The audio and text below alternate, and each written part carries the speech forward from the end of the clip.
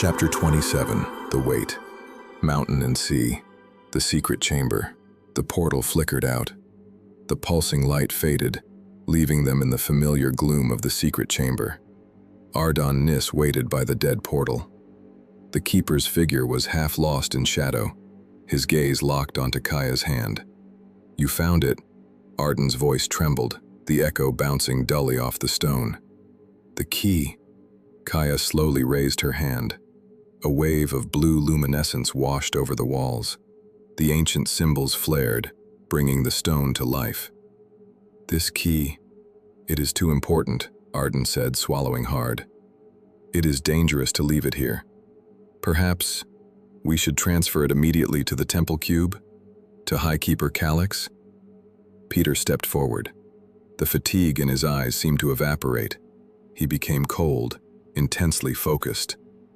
"Illogical," he cut in. "Transit between cubes requires obsidian. We are critically low. We risk depleting our supply if we deliver the keys to Calyx one by one. We must store them here, under protection, until we have all 10. Kaya looked at Mir. The anxiety hadn't fully left him, but he gave a short nod. "Keeper Ardon," Kaya turned to him, her voice steady. "We've decided. The keys stay here. We will return here every time. It's safer."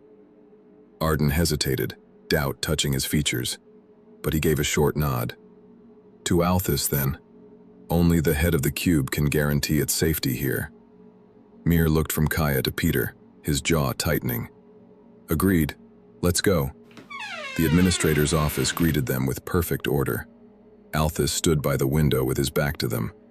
He spun around at the sound of footsteps and froze, shocked to his core. "How?" Althus stared wide-eyed. "You should be on your way to the temple cube.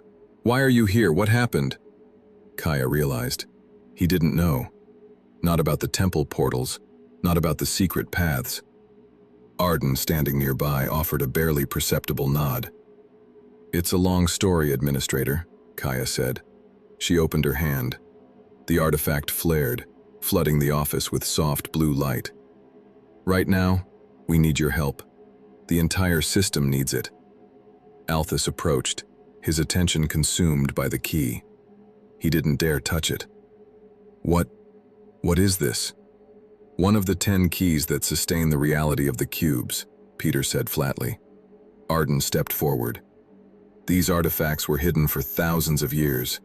The keys are awakening. The balance is broken." The head of the cube jerked his head up, his face darkening with sudden anger.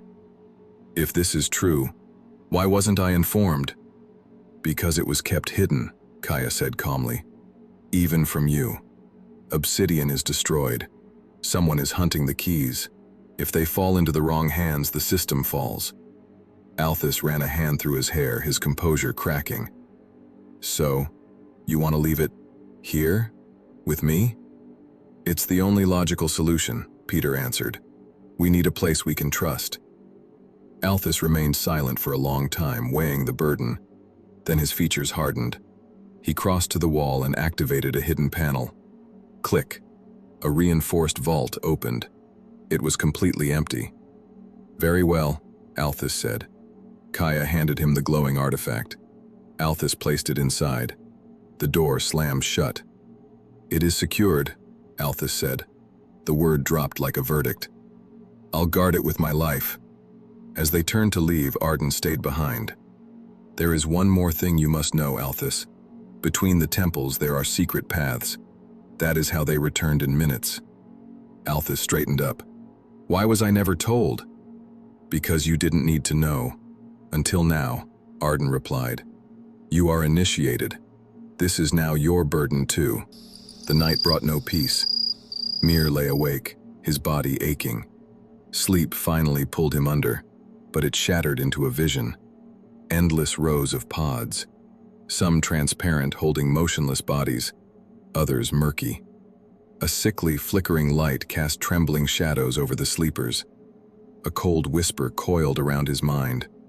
"Where dreams become the only reality, seek there." Mir sat up violently, gasping for air. His body was slick with cold sweat. The vision left him with absolute clarity. Morning. The archive. I saw it, Mir said, pacing before Kaya and Peter. A world of illusions. The next key is there. Peter analyzed the description, checking the data. Cube dream, Peter confirmed. A world where the population abandoned reality for simulation. Dangerous for the mind. Kaya set her jaw. Then that's where we go.